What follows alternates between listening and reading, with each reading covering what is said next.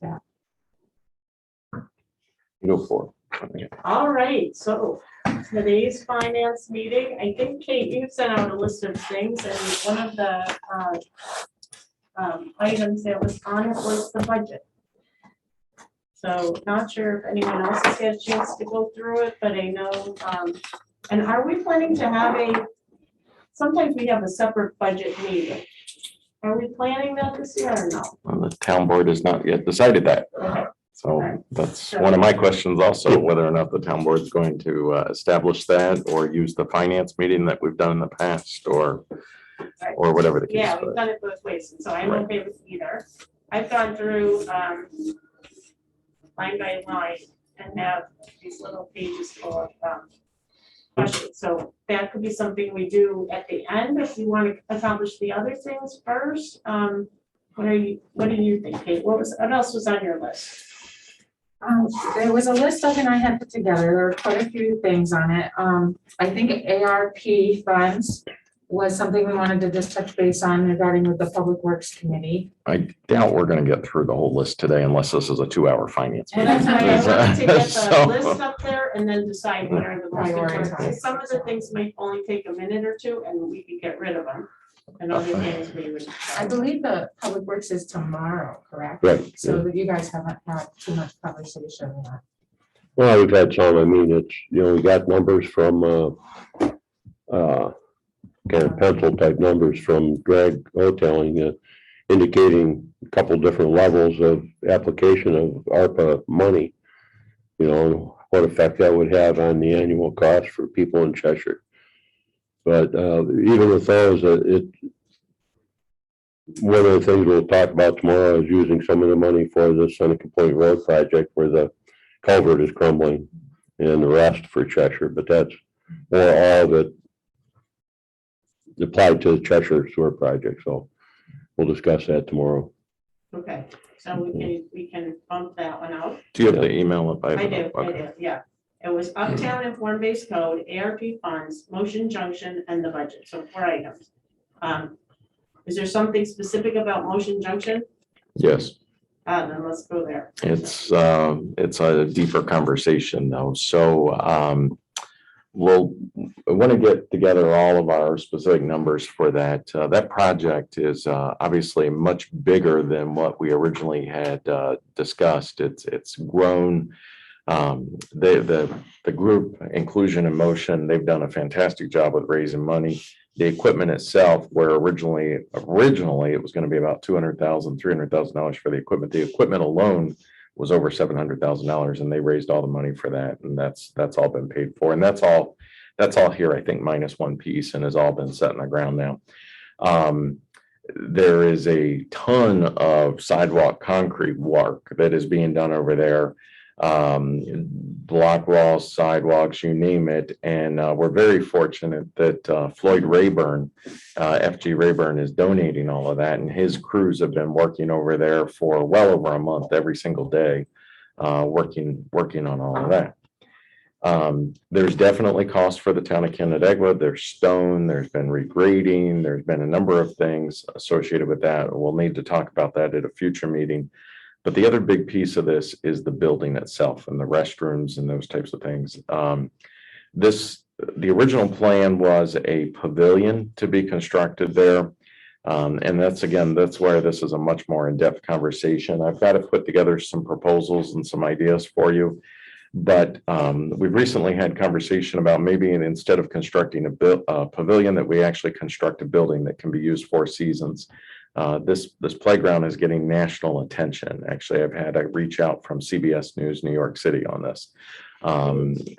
I had a communication from a company in Cleveland relative to this playground. We're actually using the playground as part of the storyline for the $20 million Uptown Downtown Lakefront DRI application, the Downtown Revitalization Initiative. It's getting a tremendous amount of community interest and support.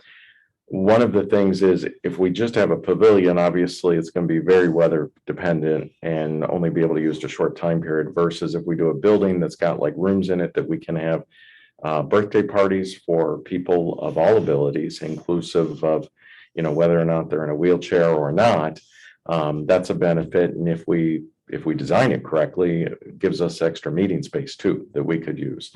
I did do a preliminary reach out. I know I have a call later this morning. There was a lot of CARES money that was provided by the federal government to the state and to local governments that was never really utilized, essentially, because there were so many limitations associated with it. And so I put a preliminary inquiry into them and said, hey, is there any chance we could get any of that CARES money for the construction of maybe this building at the new inclusive playground? And the immediate response was the town of Kennedago's low to moderate income level is too high, that we don't qualify. But they said ADA compliance is 100% eligible. So that's where I want to get into some of the details with them. It's not a simple conversation that maybe there's as much as $500,000, $750,000, but a construction of a building like this, you're probably talking $1.5 million to $2 million. There might be other fundraising opportunities. We may also seriously need to look at whether or not we take on some of that burden with some sort of a mini bond or something, but we can talk about all those types of things, but I got to get some more numbers and stuff together. But it's definitely a hot button topic right now, because we've got to figure out how to make that happen. The group wasn't able to raise the money for that. They came up short on that, and they've really been trying to focus on the equipment and then the rubberized surface. The rubberized surface itself is $300,000. So is that in yet? the rubberized surface, no.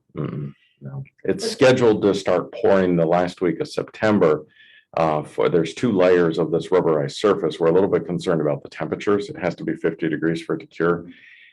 It's possible that we may only be able to put in the base this year, and it may have to wait till spring. I know that's not ideal for anybody, and that's not what anybody wants to hear, but that may be what may have to happen. 50 degrees constant or 50 degrees? Can't dip before it? below. Yeah, it's essentially the temperature. It can't get below 50. This morning at 2 a.m. I've been checking was 57 degrees. So We could swing that building. That park is really something. I was up there helping out.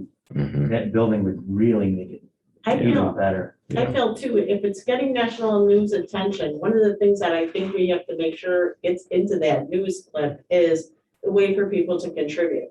Because you know how these things can become so viral. And it's such a great project. I feel like they could have all the funding in a heartbeat if something like CBS News picks it up and features it, and they talk about, oh yeah, we've been raising money through this way, and then all of a sudden people, oh, let me throw $10 here. Well, what's been interesting is I've had people reaching out to me since they drive by now and can see the equipment sticking out of the ground.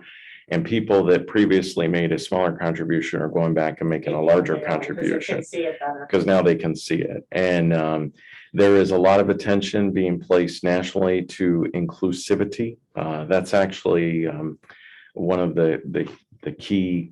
I mean, that is the theme, right? The whole design intentionally of the playground.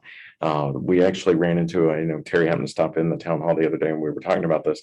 There's a section of the playground where the rubberized surface was going to meet the sidewalk, and it was in an angle that was improper for a wheelchair to be able to access. And so that actually had to be closed off of the wall, because if it's not accessible by wheelchair, it can't be accessible for anyone. And that's the whole design of this concept from the University of Buffalo with the ID Center and the Universal Design Standards. So the whole thing is just the design elements. The pavilion originally, or the building, had designs for instance, like wheelchair charging stations, all those types of things. And then the other idea that I've been floating out with the group is there's other groups that we could tie into maybe for the use of the building, like the ARC, whether it's running a cafe, get up a cup of coffee or a snack while parents are at the playground and the kids are out running around, and be another, it really could become a regional. Another partnership. And it's definitely going to be a destination for sure, but it could be a regional asset for us. So You just have to find a way to take that and turn it into, bring in the funds to enable that to happen. So that's why we have you guys. Well, definitely, I'm glad you're looking into the grants and things. That would be perfect, because this is such an ADA focused full activity. you know, any money they could throw in for 88.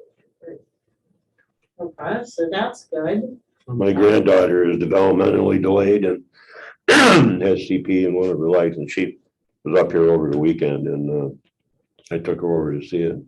Has her stamp of approval now. Full speed ahead. And what's in there is only a third of it, right? And didn't they say there's 2 more phases?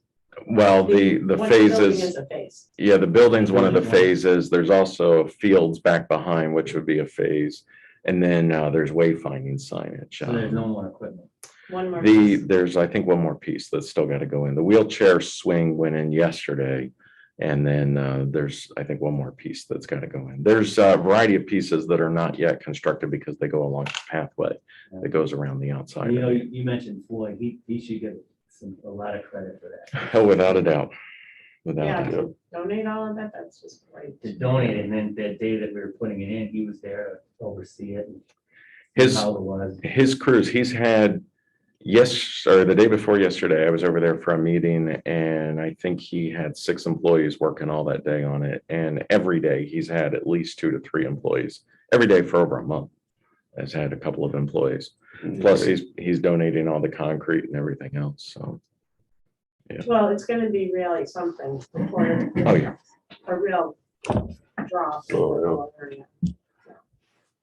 Okay, And we've had, I don't want to overlook too, we've had other municipalities, East Bloomfield has donated some stone and they've provided some help with some trucking. The town of Farmington has provided some help with some trucking.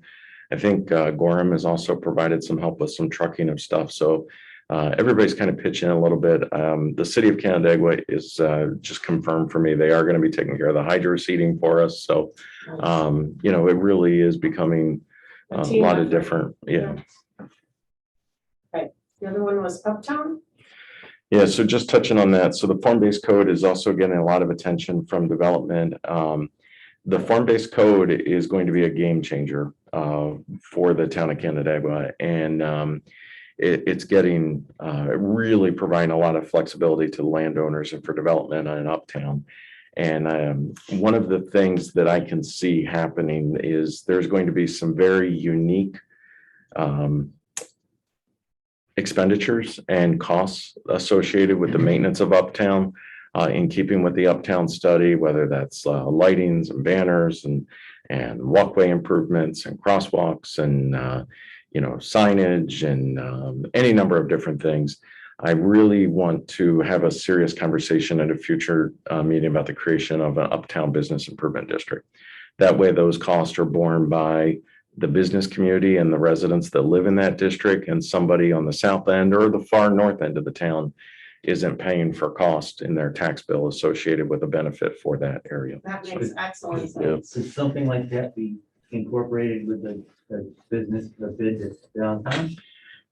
So Use the same people rather than pay, you know, 2 people to do the same thing? really what I was thinking is, at least for now, not having any executive director, actually us doing it internally using our town board as the board of directors for the bid, and us operating it just like one of our special districts, Okay. and then using our staff and everything.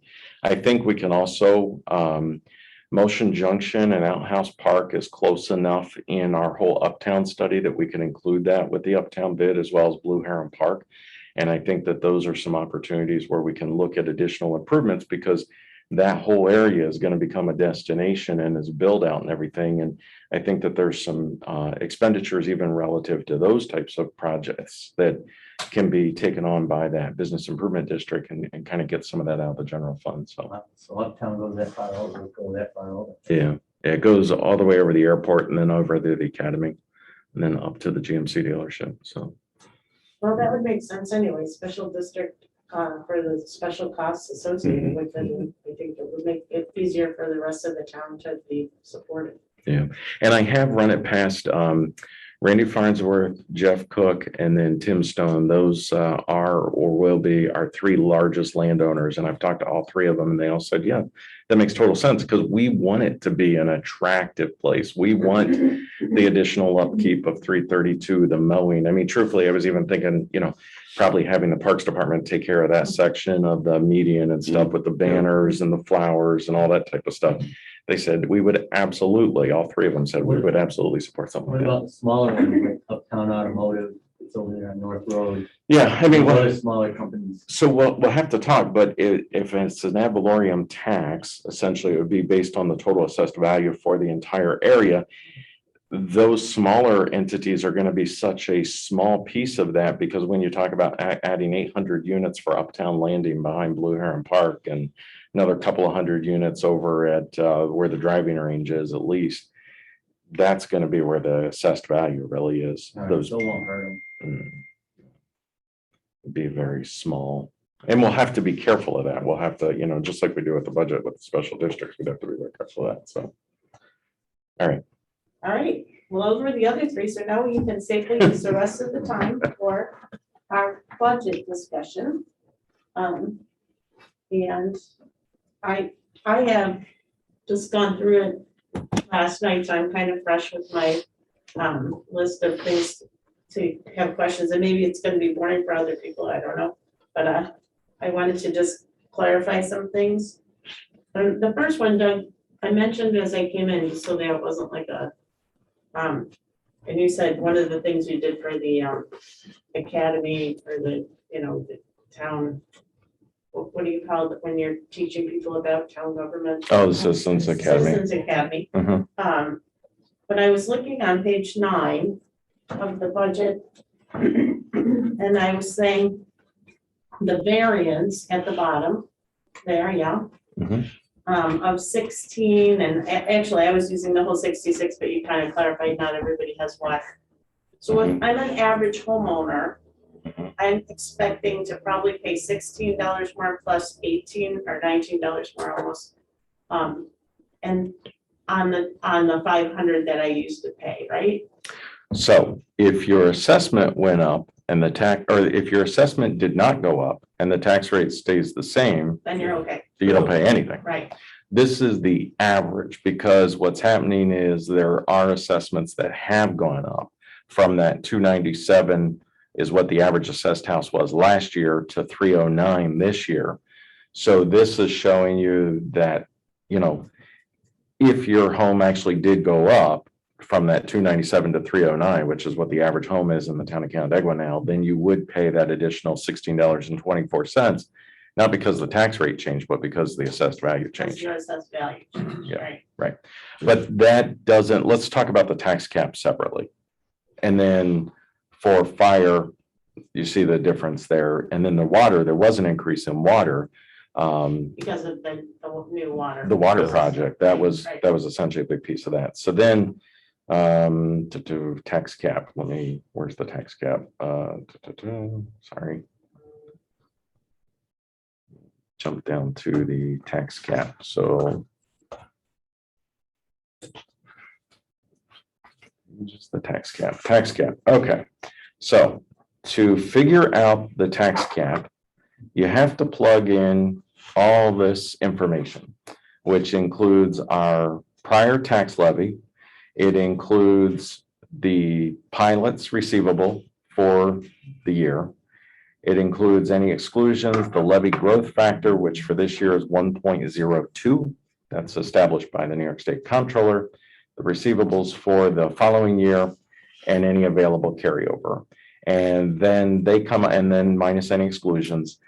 The Comptroller then, based on all those numbers, they set our tax levy limit at 3.6 million.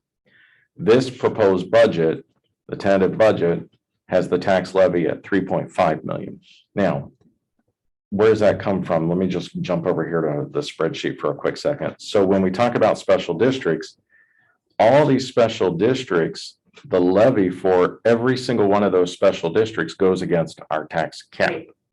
So here was that 3.6 number is up here at the top, and then the 3.5 number is merely taking the levy amount for the general fund of 575, the 865 for the highway, all these special districts, the water districts, the fire district, the drainage districts, lighting districts, sewer district, and that's totals up that 3.5 number.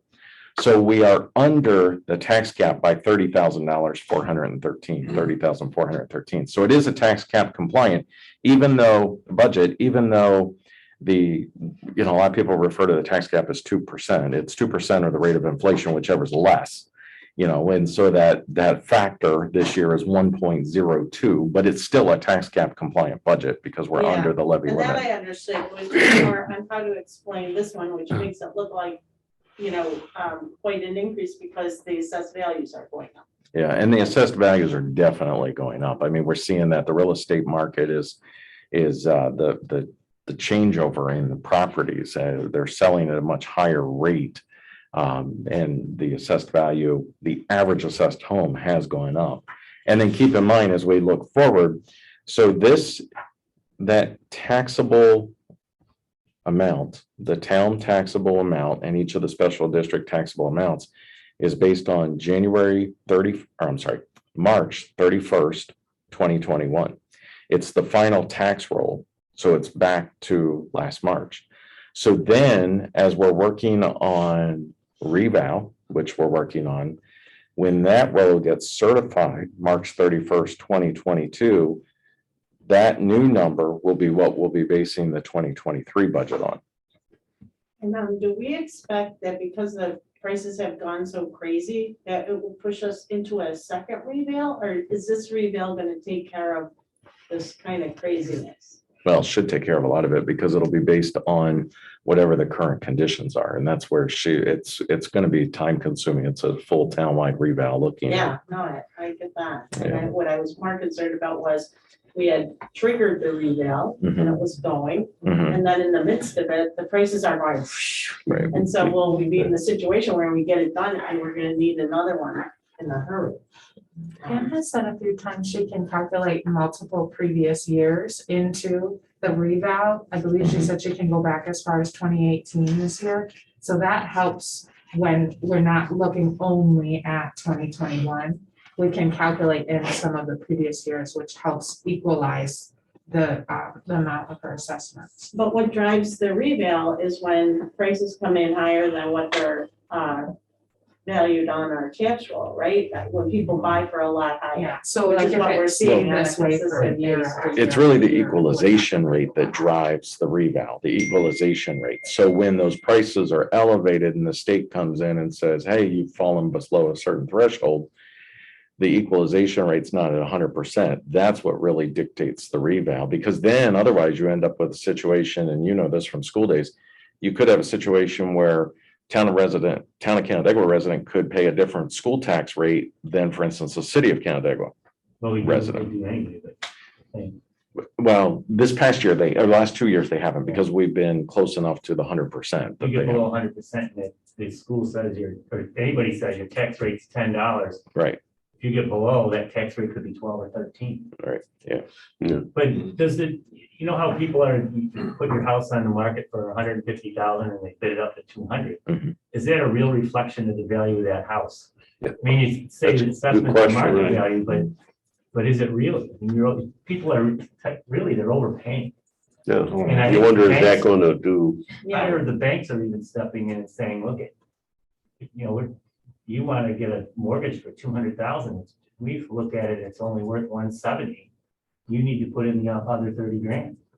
yeah. So I mean, and that's gonna be tough. It's really happening big time on the high-end houses where people can just afford to take it right out of their pocket. So we're not seeing a bank break on that one because people aren't mortgaging a $5 million Yeah. property.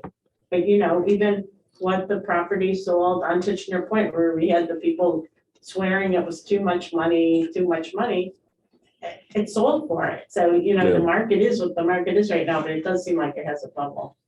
But you never know. yeah, Maybe the new reality. when that pops, what's gonna happen? I mean, For the high-end houses, it's not gonna be that big a deal. Those people are Yeah. just buying them, The people that aren't selling, right? it's gonna have an effect on them as well. Yeah. So. oh, yeah.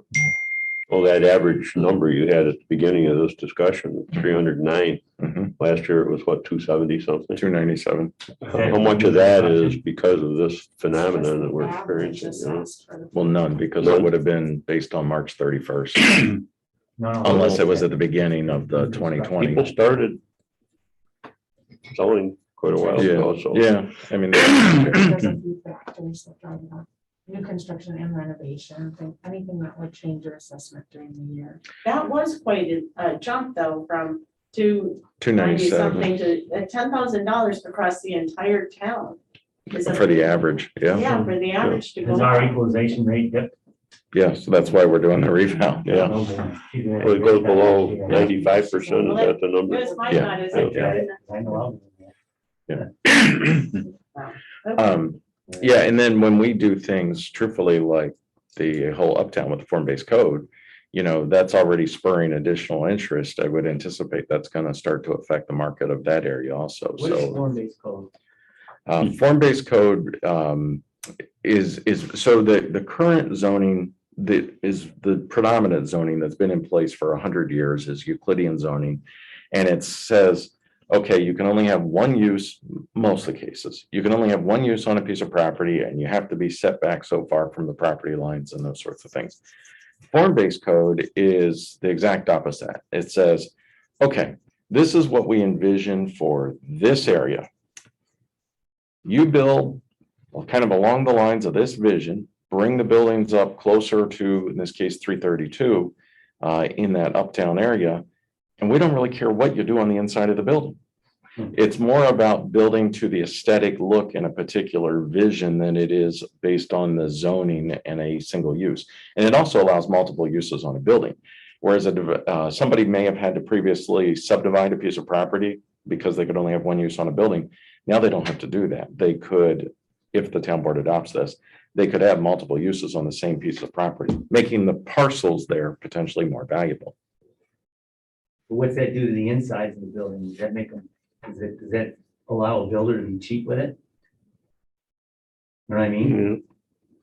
Well, I mean, no different, I guess, than, No, you still got. Yeah, really. Yeah, yeah, building so, code. yeah, Yeah, yeah. so to meet New York building standards and codes. But one of the things in the form-based code, there is transparency. There has to Right. be a certain amount of glass, a certain percentage. And you can't have just one long straight facade on a 100-foot long building. There has to be relief given so that there's, but a general look. It's use independent though. You can do whatever you want behind the walls. Yeah, and yeah, you're welcome. An example of that is I had somebody reach out who was interested in doing storage in that area. And I don't think it'll really come to fruition, but at first, you know, the hair kind of goes up on the back of my head. I'm like, that's not really what we were thinking for that area. But then I said to him, I was like, you know what? I guess as long as the outside of the building looks like this, you could do storage on the inside of the building because it's just got to look like this on the outside. So it really kind of changes that whole. But it kind of defeats the purpose of what you're trying to do, because it's not drawing people in. Well, I You know what think, mean? well, the so Storage supports the people who live there because Yeah. they have an easy Yeah. way to not have their garage full of shit. You know? Yeah, I know, but I don't know, I guess I look at it. well, I think the big thing that you're going to experience with form-based code is 2- and 3-story buildings. You're going to have more densely residential area with the population really living on the second and third floor. So, Linda, how do you want to go? I mean, I just thought maybe I could ask you my question. sure, okay. If anyone else has questions, please chime in. Buy them by page numbers, just so that I All can right. keep track of what I was thinking of. Okay. On page 20, we're talking about the capital projects. Okay. In this case, what does the word cash balance mean? Like, look at Sucker Brook, $219,000 cash balance. Does that mean we've received the grant, but we haven't spent $219,000 of it? No, that is the cash balance, but keep in mind, in that capital project, that wasn't grant money. That was the town and the city putting in money for those 8 projects. And that is the available balance left of that amount of money that's still available and then we match grant money with that on the particular project. Okay, so Sucker Brook is not, isn't that done? No. Mhm. There's 2 of the 8 done. Two of the 8 only? Oh, Mhm. okay. We always, at the watershed, are always talking about Sucker Brook and how great it's working. Yeah. And so I was like, oh, it must be done. I guess it does beg the question, are the other 6 necessary? Well, are the other 6 necessary and who's working on them and how are they gonna be done? Kevin O'Vane. Yeah. And he has Oh, a really? plan. And that's Mhm. gonna be a while. Yeah, I mean, but it is, but you know, one of the challenges with that is just like any of the other things that we try to do is getting easements. Getting easements on the land on where to put these, because they would all go on private property. The Piercebrook subdivision over here on State Road 21 is a perfect example of this. We've been working for years with the landowner to the north of State Road 21 to try to get an easement, and we have not been successful on that. The Piercebrook subdivision is now going in, and there's an opportunity for us to do a smaller but similar water quality improvement project there to hold it back there instead of on the north side of the road, and working using grant money, possibly using some of this, and also having the developer involved in this, so make it go even farther. So that's where, kudos to Kevin. He's creative and working on those types of things, but it does take a while to put that stuff Yeah, no, I together. know, and he's really busy. Yeah, Where is this one you're talking about? the Morel, Piercebrook. That's the name of it. Oh, up in the, yeah, okay. All right.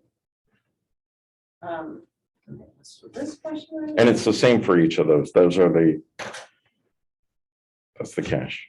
Yeah, I was thinking, this is a lot of money to be having tied up in these accounts, and I just didn't, because a bunch of them have cash balance, some of them don't. So I just wondered. And you've never even looked at it before. It's part of I the don't know where budget. we see it. This is the first year we've put this in the budget, but for Yeah. this specific That's why- reason, that's so you why I would, feel like I never saw it before, and we've got this money hanging around somewhere that we're not even, speaking of money hanging around in bank accounts, Mhm. are we still getting our bank accounts reconciled? Yeah. Okay, Yeah, are we still getting the court ones done by, Bank Rec Kathy, or who's doing the courts? Yes, she is. Yeah, she does them, I Okay. believe, monthly, just a few hours though, because they're so quick. So Yeah, it's maybe very now that it's all gotten better. cleaned up, because I Exactly. saw that the cost was so low all of a sudden, I'm like, is she still doing this? This is like, there's no spending.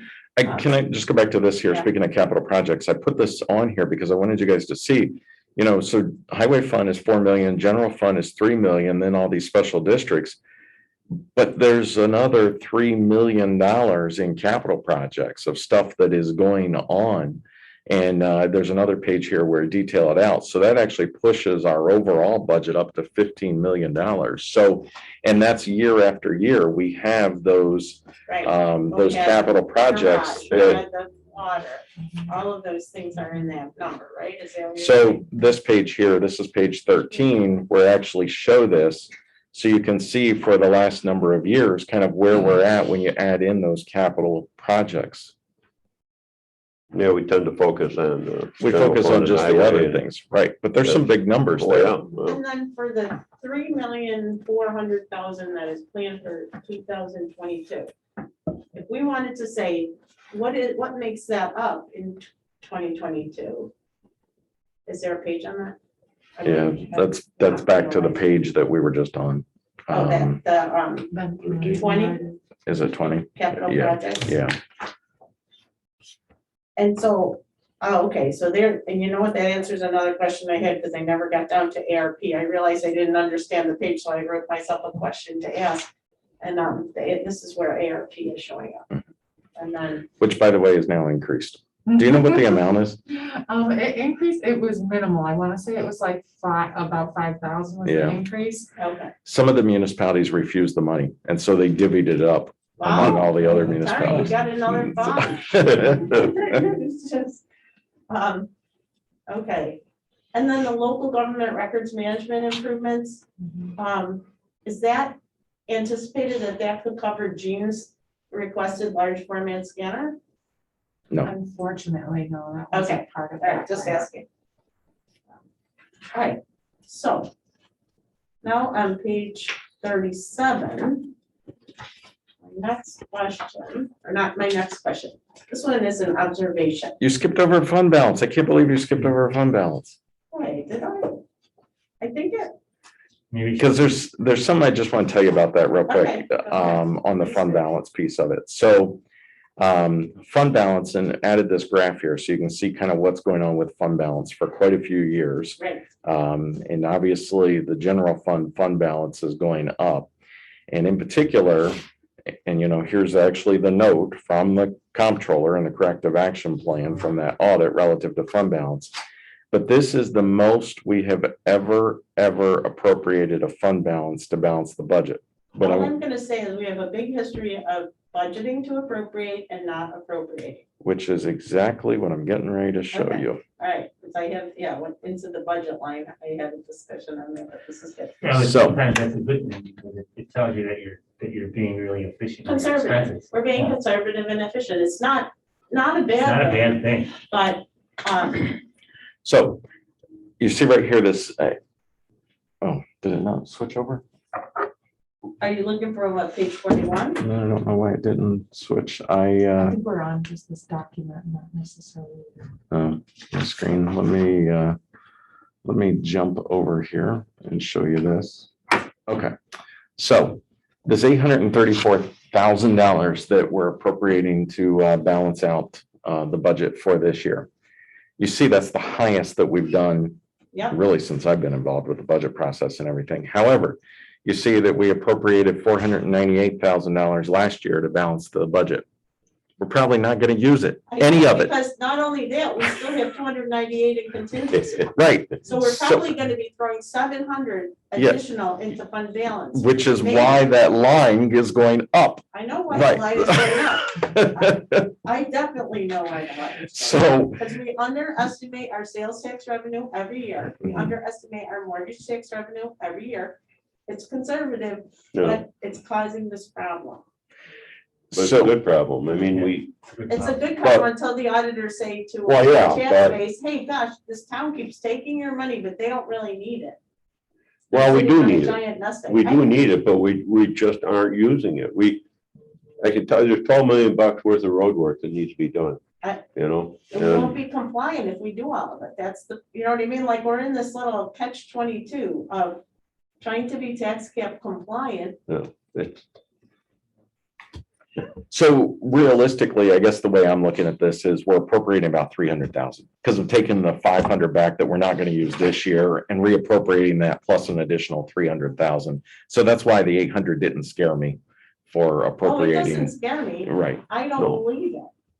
I mean. my Well, I thought think, is, I think at a number like 800, we'll have to appropriate some, maybe not the whole 800, Out of but all the years in this budget look back thing, only 1 year did we actually appropriate some. And I think we did it, we ended up putting it into reserves. well, we would have brought it back over and then moved it back. But even like the fund balance number that you see like as part of the worksheets and everything. Yeah. Keep in mind, that doesn't include this 498,000 because that's already been removed and that's already set aside as appropriated. Yeah, so we're gonna be in auditor comment area. Which is, So let them in town, you know? but that's why I put in here this whole section on this with this graph, because I wanted you to see, what's going on there, especially with the general fund. Yeah, I mean, that's always, so from the beginning, if you remember my very first budget meeting with you, I've been like, we're sandbagging on sales tax. We're saying, well, we don't know. And it's true, we don't know, and we're being conservative, but I just like, it's gotten even worse. Well, and sales tax can tank again, all this pandemic stuff, if people end up. It's having to actually gone be the opposite quarantined direction. again, Not going out. It's gone the opposite It's gone direction. up, I actually did, for sales tax, I actually did increase the overall number. Slightly, yeah. Slightly, yes, but for the 22 budget, taking that up to 2 million for the general fund, plus the, Yeah, you increased it by about 100,000 on the highway as well. plus 2.1 on the highway, What do you so do with your mortgage tax? mortgage We kept it tax kind of flattish. flat 300. It's But up a little, well, it but was it's been going like 230, so crazy. it's, 230, yeah, it's up from 230 to 300. So, Roll the You mean dice, in know? terms of budget? yeah, right. Yeah, but not in terms of what the actuals are. The cost of your materials that you spend, they're all going up. Mhm. So you could be under budget for that stuff next year, who Yeah. knows? Yeah. Oh, yeah.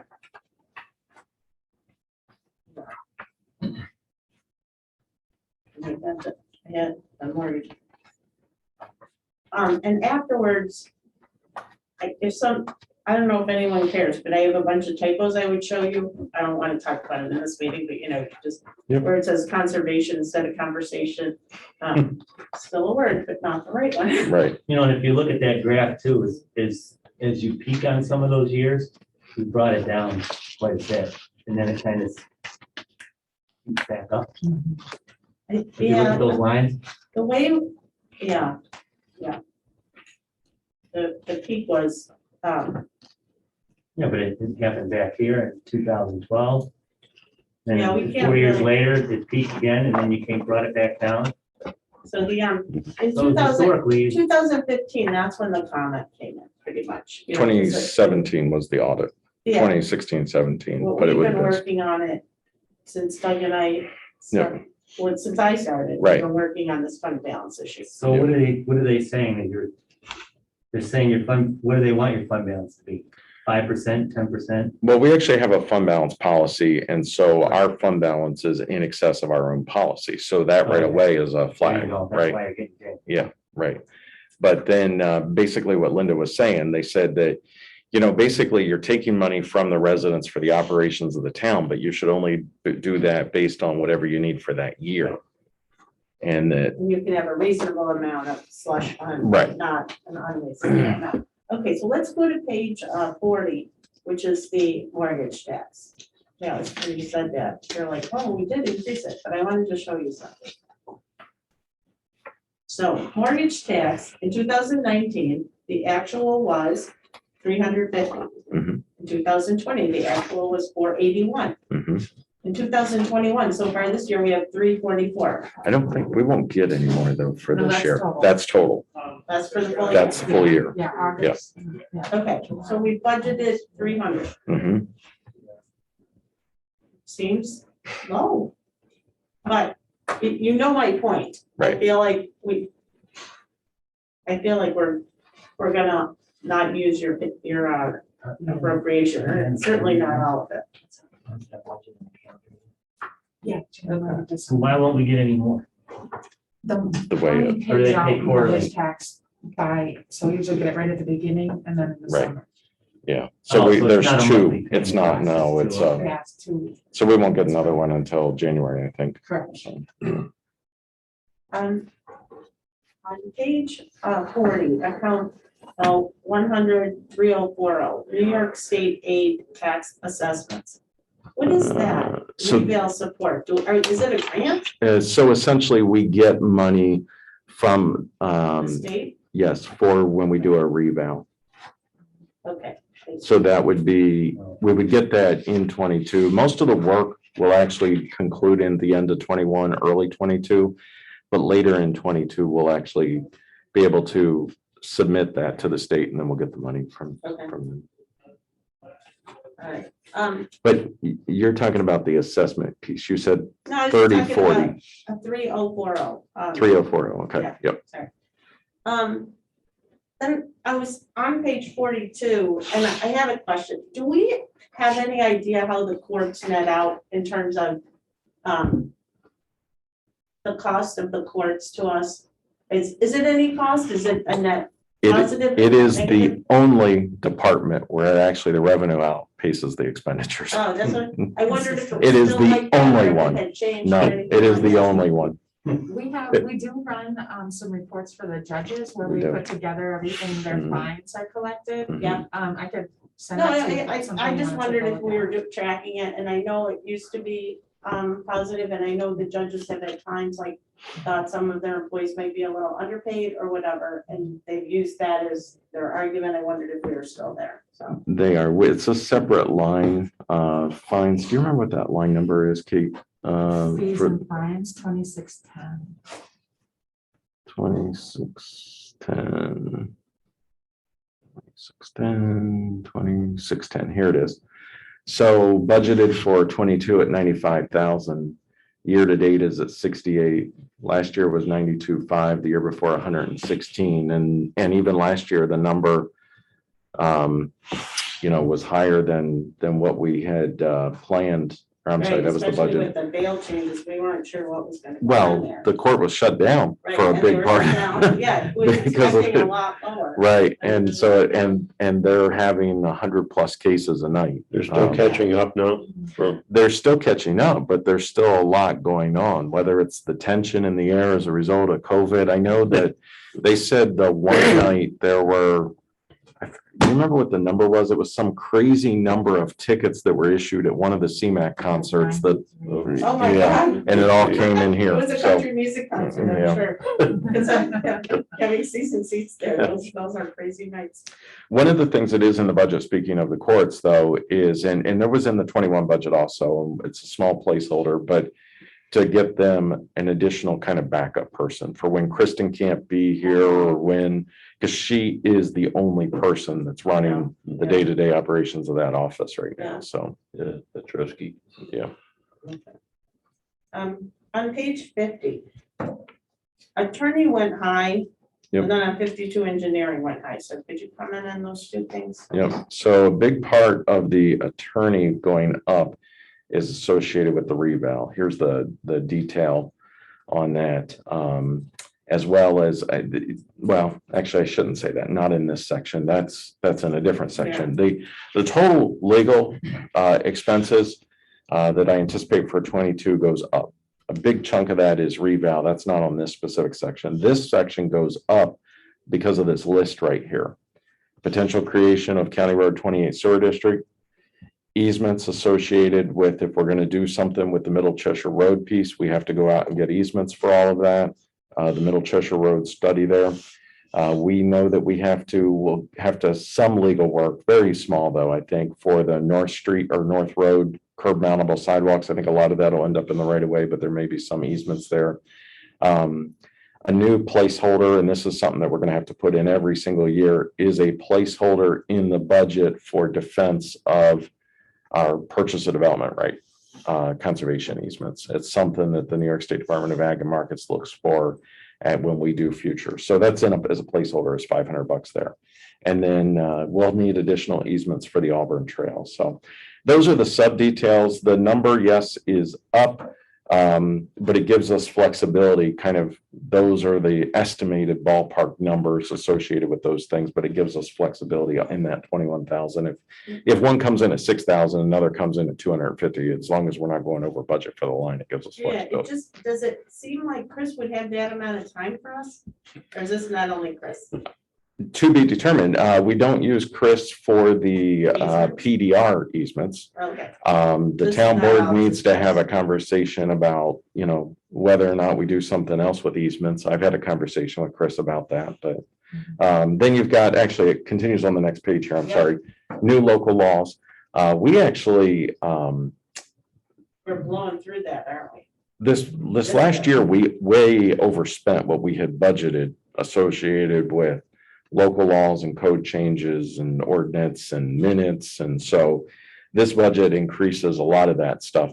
Even the minutes of the ordinance meetings, that really wasn't a budgeted expense for 21. So we increased all that. And then we had talked at the meeting about working. I do expect some legal costs associated with annexation possibly of those backyards on North Yeah. Road. That'll be Yeah, just filing all the paperwork for that. Yep. Okay, and then on page 52, it's engineering. There's also Sure. really. Yep. Well, and a lot of that is related to some of the stuff we just talked about. So engineering, contractual. So crosswalk enhancements uptown. Now, again, if we end Can up make a creating, special district. then some of that will move, right? But at least this is a placeholder, and this kind of, as we get going with uptown, that's what I mean. There's definitely going to be expenses with uptown that maybe the average resident of the town of Canandaigua shouldn't pay. And that's not to say that we'd run out and do this right away, but this is a placeholder if we don't do the business improvement district. Grant services. One of the big things, and I've been talking to Lindsay about that, and I don't know if Lindsay's still with us on the call or not. So the parks budget went from 1.3 million, I think it was last year, to 600,000 Yeah, in the so- tentative budget. Huge cut for the parks. And essentially that extra 600,000 went back over to highway. The work, I mean, that's essentially that $500,000 went back over to highway. The thing that I've been talking to Lindsay about is there's a lot of grant opportunities in Parks and Rec, and that we can go after for some of this. And I've already started identifying some of that. We'll need some help with some of that, but that also ties into our previous conversations with clean energy. We are a clean energy community. We actually, you guys have already done the resolution on all that stuff. We now have met our 4 minimum points. I believe we're looking at this. I know I have a meeting with the folks that handle this for the state. I believe we actually may have enough points to certify as a bronze level, which opens a whole nother window of grants for us. And where that becomes important, I'll give you the perfect example of that.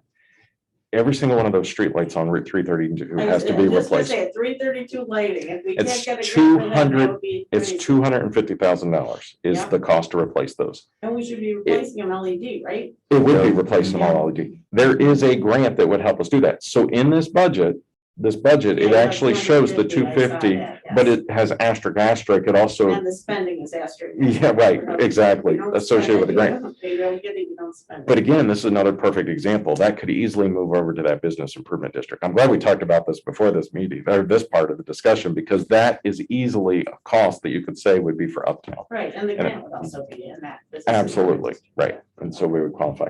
So the other engineering things here, I know that Jim has requested informational meeting on Woolhouse Road. I think the costs have gone up for that, right? We talked a little bit about that. The Middle Cheshire Road, there's definitely going to be some surveying and engineering work if we're going to move forward with that piece of it. The North Road reconstruction and engineering. And then Parkside Drive, this perfect. Here's another one for that Uptown bid. There's all kinds of transportation alternative program grant money and transportation improvement program grant money, TAP and TIP. That Uptown is the perfect place where we could use grant money to do some of those improvements. Some of this money here is for grant services to help write these grants. These are intensive grants that go through the federal government and then the New York State Department of Transportation. But again, the bid could easily be taking on that type of stuff. Right. Right. And then sewers is the next one. So there's 2 engineering lines here. So then there's engineering sewers, the next line. Yeah, I think that is just the next question. So- Right. So that's Cheshire, income survey, PER, County Road 28 sewer, engineering, creation of the 28 sewer district, and then grant services associated with that, because that would all be heavily dependent on grant services. Do you want to, I mean, the 28 sewer district, I think we've already talked about that, right? Yeah. That would be the creation of a whole new district and everything. Yeah. So, We'll be talking about that tomorrow, more, find out what Greg has learned back from the county, and county had asked what the potential future look like out there if, you do this, will we have enough capacity if it goes beyond this in the future, which they determined, what Greg has determined, yes, they will, shouldn't be a problem, so we should be able to push this a little bit more, I would think now. And Cheshire is another, I mean, that's the ARPA money and but before we do anything, we really need to take their temperature out there and see what they really feel about it. They had told us initially that whatever, I can't remember what the cost was, $1,200 a year, $1,500 a year to the individual, homeowners out there. It was too much. They'd indicated that if we could get it down less than 1,000, it would be acceptable. But now applying some of this ARPA money, we bill and getting grant again, applying for that grant to low income, we should be able to get it down maybe $750, but a year annual cost. But would they then say, well, 600 is a better number? So we really need to find out what they think before we spend a dime on this thing. So Okay, so on page 53, the large format scanner, is that in the capital plan? it is. The current one is, what, 10 years old? No, but do we have that in our capital It plan is. so we know how frequently we're gonna be updating it? Yeah, it is. And it's also, it's outdated, the software. It actually, I think that's one of our vulnerabilities, right? It was listed as, because it has the old Windows operating Yeah, system, the because it was, computer that's attached to it, Yeah. it can't be updated, so it can't Yeah. get the new security. So, because the two go together, you don't get the Yep. scanner, the two come together as one. And I think actually the one we originally had was used when we purchased it, Mhm. so it was new just to us, so it's really. But that's how they scan all the site plans. and And everything. essentially, when you had, in the beginning of the budget, it was, the town clerk was going up by like $60,000. If I figured it out from reading through here, 16 of it is this, or 17 is the large format scanner. And then some of it is a new person Mhm. and some of it is, And then the records management expenses, but then there's also grant money associated with that too. Okay. So so there's. that's all. separate. Yeah, the new person is part of the grant, but that was only a small piece in the grant, so Jean had asked. Well, careful. There's two things. So there is a person that is associated with the grant to help with the digital scanning and all that stuff. Additionally, there is a person to be shared with the development office, town clerk development office. And so then Jean would have 4 people working essentially. I would 5 to 4. anticipate she would have 3. But the person with the grant, when they're done Right, that's a implementing that temporary. scanner, Yeah. it goes away. So you have right now, you have Lisa and Jean. You have 2 people essentially in And there. and we have another person out on maternity leave, or she's never coming back? Don't want to discuss that in public Oh, yeah, session. yeah, okay. So, so it would then be adding a person to be shared with the development office, regardless of what happens in that particular case. That would be probably primarily stationed in the development office.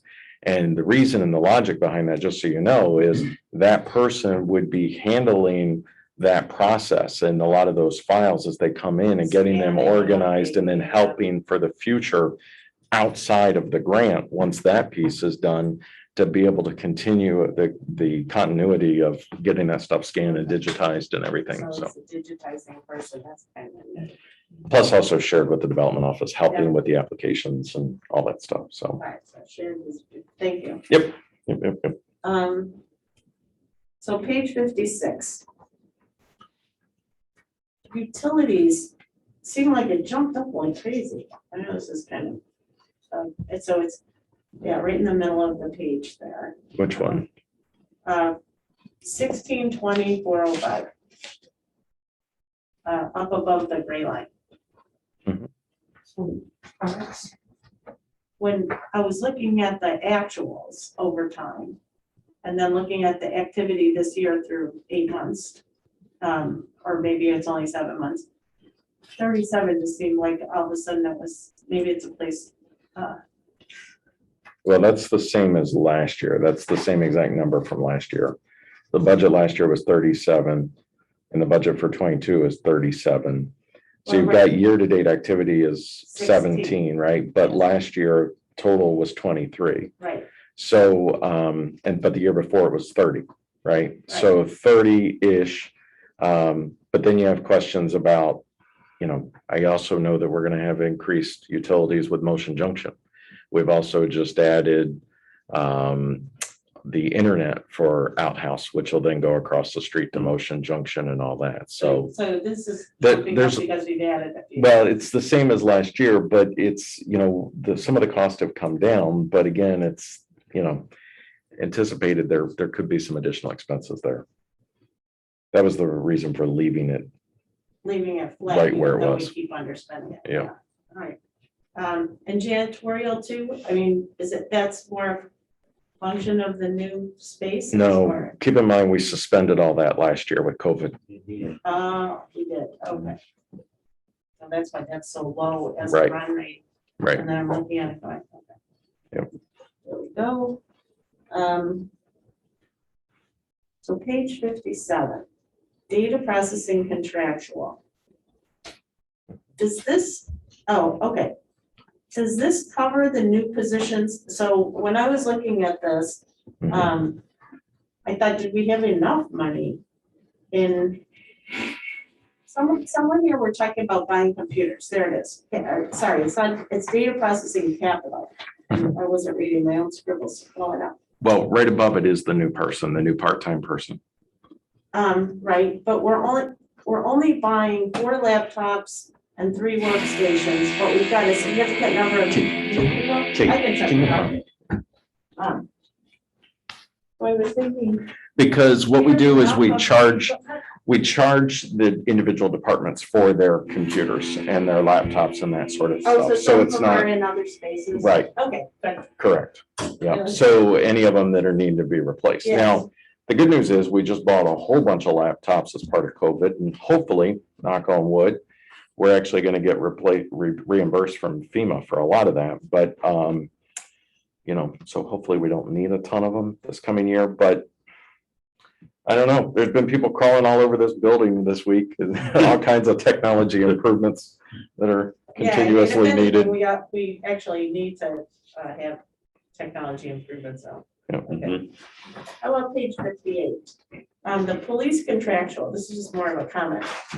When I look at the monthly report, it doesn't seem like it focuses on where we had asked them to focus, even though I feel like I've noticed an improvement overall in people speeding, but that just might be. I don't know, it's like road. And I remember you said that we increased our cost for Ontario County, they were gonna patrol that more.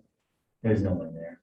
Well, they do. They provide us a report. They do. But the report barely has any Well, stops on there. But did you see, I have actually emailed that question Oh, you just did? within the last Okay, I didn't 2 see that. months, and I attached that on the agenda there. They have people out there, but if they're not issuing tickets or citations, it's not showing up on that report. Well, and I think, you know, to Joe's point, I always felt like people are whipping by the big trucks especially. It just bothers Right. me that they're speeding because some little kid could step out and be smushed. So what we've asked them to do is at different times when we've gotten complaints, we've asked them to go out and sit and look for that. I know that there's been a couple of big dump trucks that are not town of Canandaigua dump trucks that are been flying up and down Middle Cheshire Road and Westlake Road. And so we've asked them at different times to watch that and do that, and they have. But, you know, No, if you sent him a Yeah. note, that was what I Yeah. really wanted. I didn't realize you sent it. Because there's a ton of people that ride bikes or walk on It's so Middle dangerous. Cheshire and Yeah. Westlake Road. I was on my bike yesterday. Some guy went flying by, he was going 60, 70 miles an hour. Mhm. Oh, there's, in the middle of the afternoon, there's some guy on a motorcycle who must be doing 100 down the road. I could just hear him come. We have that sign in front of my mother's house that Mhm. shows you the Speed. speed and you sit there and I see him, holy, go there and he's slowing down, Mhm. even looking at it. Right, well, once you use the road every day, you probably don't. At the bottom of page 58, there's something about the paint cost going up and how it's been so high, but we didn't really increase it that much. It's traffic contractual. So you're talking about the road striping costs is Yeah, what's, yeah. so, yeah, so Because it's 21. the bid went up. So this is Jim's note here. I just want to look here. Yeah, so he had asked for 110. When we balanced this thing out, it was 100, so it cut 10,000 versus his request. So he was asking for 110, 85 for the road striping and 15 for the signage is what makes up the tentative budget. The department head Oh. request was a little bit more than that.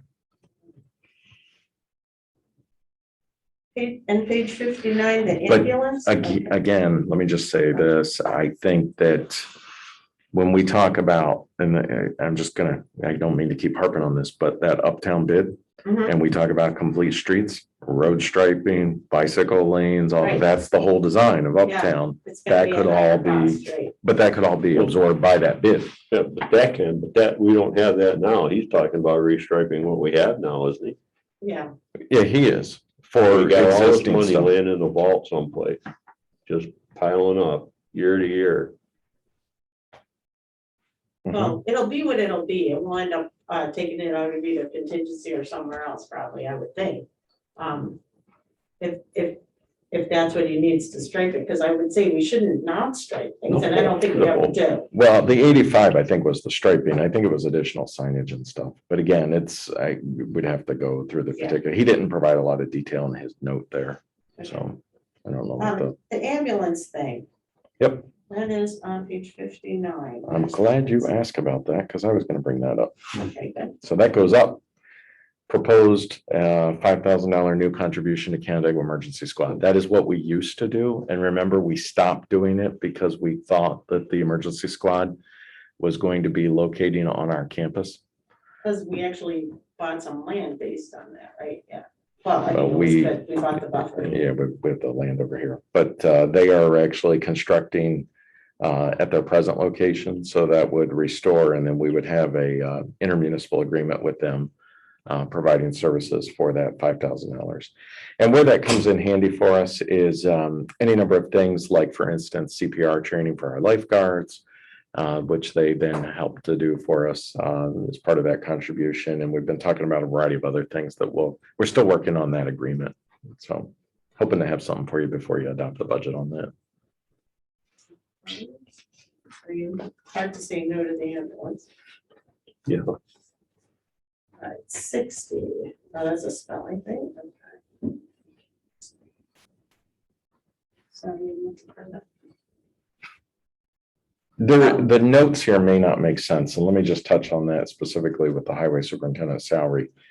I think he, truthfully, we had this conversation when we had our budget workshop meeting. I think he just got confused. We changed, it was last year, it was for the 21 budget. We split it, so it was essentially 50% water, 50% highway. And he was talking about increasing it for the highway number to be based on the highway number, and forgot, I think, that we had split it between highway and water. So that's why his note, I read it 3 times and I was like, what is he trying to say here? So, and then. Yeah, he forgets I have it sitting over there. Yeah. I looked at it and thought it made sense. Except for the highway deputy. Mhm.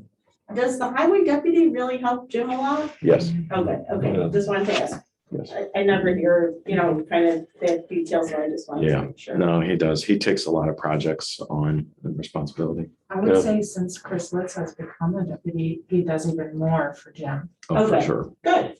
And then when Jim's not available, and even taking on, like, Chris has pretty much been heading up Town Line Road. Town Line Road is. That's doing the whole thing. All right, great. How about page 62? Are we paying our lifeguards enough so that we can get them?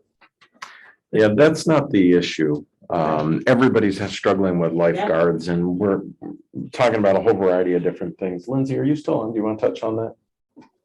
Yeah. Hi, guys. So for the lifeguards, as far as like in our Canandaigua area, we are the highest paid for lifeguards. And this past year, there was a lot of struggles with COVID. They weren't able to offer a lot of that waterfront certification classes, which really inhibited our ability to hire the amount of lifeguards we needed. But also a lot of the kids go to college, which is why, a lot of them left mid-August. So next year, we're going to be focusing more on a partnership with the county and the city to see if we can try to get that certification for everybody. So that way it's not an issue going forward. Okay, great. Page 66, the new recreation. I wrote a note to myself, I have to look at it. It's so low. Mhm, Okay, compared to the past. Mhm. What's going on there? mhm. Yeah, because a lot of, so new recreation, it'd be for expansion of new recreational opportunities, right? And basically the Parks and Rec Fund. I think the giant unknown that the town board has yet to decide on is our expenses relative to Motion Junction, how much you take out of the Parks and Rec Fund. You could theoretically probably deplete the Parks and Rec Fund if you wanted to, with the expenses that I anticipate we'll have associated with Motion Junction. Initially, we had decided on a certain amount for Motion Junction. And we when we talked about going forward with it, we had not a limit established, but we had a number that we talked about. What was that number? Well, the challenge is we never established a capital project for it, so it's Yeah, never no, had no, a I'm not specific saying that budget or that's the anything. But limit. I'm just saying, what So I'm trying to get. the current budget has $490,000 in it for new improvements. There was a number of approximately 250, that I we were think, for gonna Motion contribute Junction with Yeah. another 200 and change and a whole variety of other things. Of work, of in-kind work, is that what it was? 250 of cash and then 200 of in-kind work? No, it was 200 cash plus in-kind work. Oh, then. And that's yeah. what I mean. And we never set a dollar limit on the in-kind work. And that's what I'm saying is, if we wanted to, we could look at that. I know that we have more expenses than we anticipated. We have a lot more stone that we had to buy than what we had anticipated. That's why I want to have a deeper conversation about all On that. So project in general. that project We and did figure one. out kind of where we go from there. So thinking that you may actually use a sizable chunk of the Parks and Rec fund, it really does kind of limit new uses or of expansion of new Parks and Rec stuff for next year with that $10,000 that's proposed there. But the other thing, I've been talking to Lindsay about this, and feel free to jump in here, Lindsay. There is really a need, I believe, for taking a pause with parks and do some planning for 22 and what the future is going to look like, in particular with Ononda, the uplands of Ononda. We haven't been able to hold this meeting yet where we talk about what the vision is and going to be looking at for Uptown. We know that some changes need to be made at Uptown, for instance, let's see, the uplands, thank you. Yeah, you tell where my brain's at, I'm just constantly, too many U's, Too right? many ups. Too many ups. For instance, the trail has got to come back onto the town property. We've talked about cabin rehabilitation or renovations or new cabins and tent sites. And we finally now have a survey of where the water and sewer lines are and all those types of things that we haven't had before.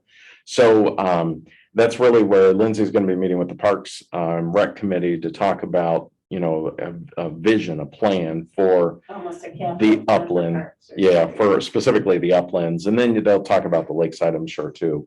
And then, I'm sure that there's going to be other improvements as we go through 2022, especially with Motion Junction. I mean, that has just become a huge, where we can go through and make budget adjustments, pull it out of the Parks and Rec Fund. But that's why intentionally we weren't looking to intentionally pull a lot out of the Parks and Rec Fund this year for that. Okay, and at the end of the year, when we are sitting here with some extra money, are we anticipating having a discussion about allocating some money into these reserves or not?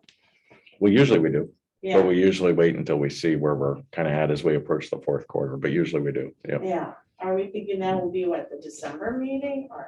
usually. That's when we usually do it, as we get into like November, December. That's Yeah. usually when we do it. I think it's clear we're gonna be sitting on some things that we should be looking at. Which of the reserves do we need to bolster? No, Well, in our reserves, I would say, I believe the open space fund currently has $1 million in it. Mhm. I know the transfer station has about $500,000 in it. We have, obviously, we report on that monthly, on all those reserve funds, but, those are two of the primaries where we anticipate things. And, there's quite a bit of money in those already. Obviously, the cost associated with the new Yeah. transfers would be more than that, but still, but there's no lack of places to spend money. right. All right, on page 68. Account playground recreation life. Mhm. What is this? These are the lifeguards. Oh, these are just all the lifeguards. Okay. That's right. Yeah, we have one line separate for the senior lifeguard that comes earlier in the budget, and then these are our standard lifeguards, and then they separate it because the senior lifeguard does have a little different set of responsibilities and training. And on page 69 at the bottom, the day camp, where were those expenses before? It's like a placeholder in case we contract with the city for a joint day camp program. Where was the day camp program expenses? Right here. So for 2021, so let me back up. For 2020, the cost was 15,000. Came out of this same line. For 2021, we did a trial, is what I would say, program for $20,000 where the city ran the day camp program for us for 1 year. We had budgeted 15, so we know, I think we've already done the budget adjustment on this, haven't we, or haven't we? No, we haven't paid this yet. Okay, so we will have to do a budget adjustment for 5,000 on this, because the cost is actually 20,000 for 2021. So that was a temporary trial, 1 year thing where the city ran the day camp program for us, where they took care of all the reservations. They held the programming, recreational programs at Butler, at Outhouse, and at Ononda. Lindsay, I mean, feel free to jump in here with me, but we were just recently talking about this with the chairman of the Parks and Rec Committee, and it sounds like to me it was well received, I guess is generally how I would say it. There definitely is a benefit for the community in that this is a city-town joint effort. So whether you're a city resident or a town resident, it's the same cost for your child to participate in it. I know that one of the questions that had come up was, is the city the right way to go about this in running this versus the town? I know a couple of years ago, we had conversations, Linda, I don't remember if you were on the town board at the time or not, but we'd had conversations about maybe the town operating that. Without getting into a lot of detail, I just had a conversation this week with the city about maybe us running it for the city and town, and instead of us paying them a flat amount, they pay us a flat amount. So there's a variety of things kind of going on there. So this is definitely a placeholder for right now. We may have to make some adjustments there, but these programs are, for the most part, they're run in our town parks. Lindsay, do you want to jump in on any of that? Yeah. Obviously Heather did a fantastic job this past year running the programs. She's obviously super qualified to do that. A lot of the feedback that I received from a lot of our city and town residents, they liked that it was just like a one community type thing, that Canandaigua was holding a recreational program. But in addition to that too, we did identify that there is a need for possibly more camps, because there were waiting lists for each and every camp, with the exception of Outhouse. But after talking with Heather, we've identified that a different program would be better suited. But if we're looking at the future too, with Motion Junction, we could hold an all abilities, all inclusive day camp, which I think just after the past couple months of talking to more people, there's a need for that too. So I know we're not opposed to obviously having it, and having the town have a recreation leader or recreation director type position, because it is primarily in our parks. So that's just some of the things that we're thinking about for the future, because there's definitely a need for it. Is that why you're thinking it's better run by the town because it's in our parks? I mean, it's the people that have been up and running this thing. Why would you want to recreate? It's not recreating the wheel, and actually the conversation, and I got to be really careful, but the conversation would be not recreating the wheel. It would just be moving some chess pieces around. I'm trying to say this very carefully. And I think that one of the things that I heard from the Parks and Rec Committee specifically, and the chairman, we had talked about that they felt like it would be better if the town was really taking the lead on that, even if it involves the same people that are currently in the city. So I'm trying to say that very, very carefully because we're in a public session. Yeah. But the more conversations to be continued. So this is the budget placeholder for essentially all of that anyway. Yeah, okay. Page 76, a new waste recycling person. I'm gonna defer to the chairman on that one. Well, anybody who uses our transfer station has seen the congestion and the confusion that exists, and our ability to keep part-time people there is, rises and falls over time. So you're thinking if you have a full-time person? Yeah, and there's really no backup to Todd. I mean, Jim just pulls somebody out of, the highway crew to, go over there for a couple of days. Is it Tad's open not 40 there. hours a week? No, it's only open 12 hours a week. Oh, so. Wednesday evenings, and we're really going to we really had to think, this is a placeholder, really. I mean, there's no plan per se right now, but we're gonna have to expand the number of hours. I mean, right now, we're waiting. Back up a bit, the county commissioned a study to look at transfer stations, trash collection in general in the county. And, you know, the county collects about 107,000 tons of waste per year that goes to the landfill. That's total countywide. That's private services and transfer stations. Transfer stations only account for 7,000 tons of that material. So ours is one of the better run facilities, probably the best run facilities in the county for the study. But the study made recommendations on moving some of the pieces around that certain facilities would collect certain materials and try to consolidate in different parts of the county where those materials are collected. The Board of Supervisors did not receive that report enthusiastically. You know, I like my turf. I don't want anyone messing with it. So there's still direction to be given by the county and what they see the future being. And so far that has not been forthcoming. So hopefully over the next few months, we should see something from them, some guidance. I mean, they're not going to dictate that we have to do something in a certain manner, but just our own experience here. We frequently have problems, you know, on weekends with tremendous congestion. And I guess God's smiling on us because we haven't had anybody run over out there. But if you've been out there, sometimes there's 8 lanes wide, 10 deep, people just going every place. We're thinking of expanding the hours, you know, and that would require somebody else, you know, being there, a full-time person. Todd's schedule is kind of a crazy schedule. I mean, we're open Wednesday evening from 4 to 8, and Saturday and Sunday 8 to noon each day. And, you know, he has a couple of different days off than, you know, normal, I would say.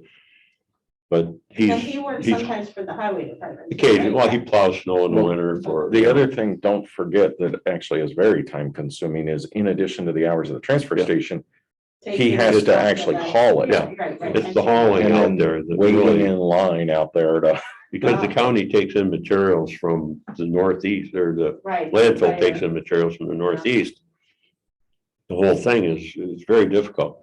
He'd be out there in line for a couple of hours, Mhm. and he might have 5 containers to take over. Mhm. And, you know, in his shift, he may only get a couple of containers. So I mean, we really need to have somebody else dedicated to that, we think, so.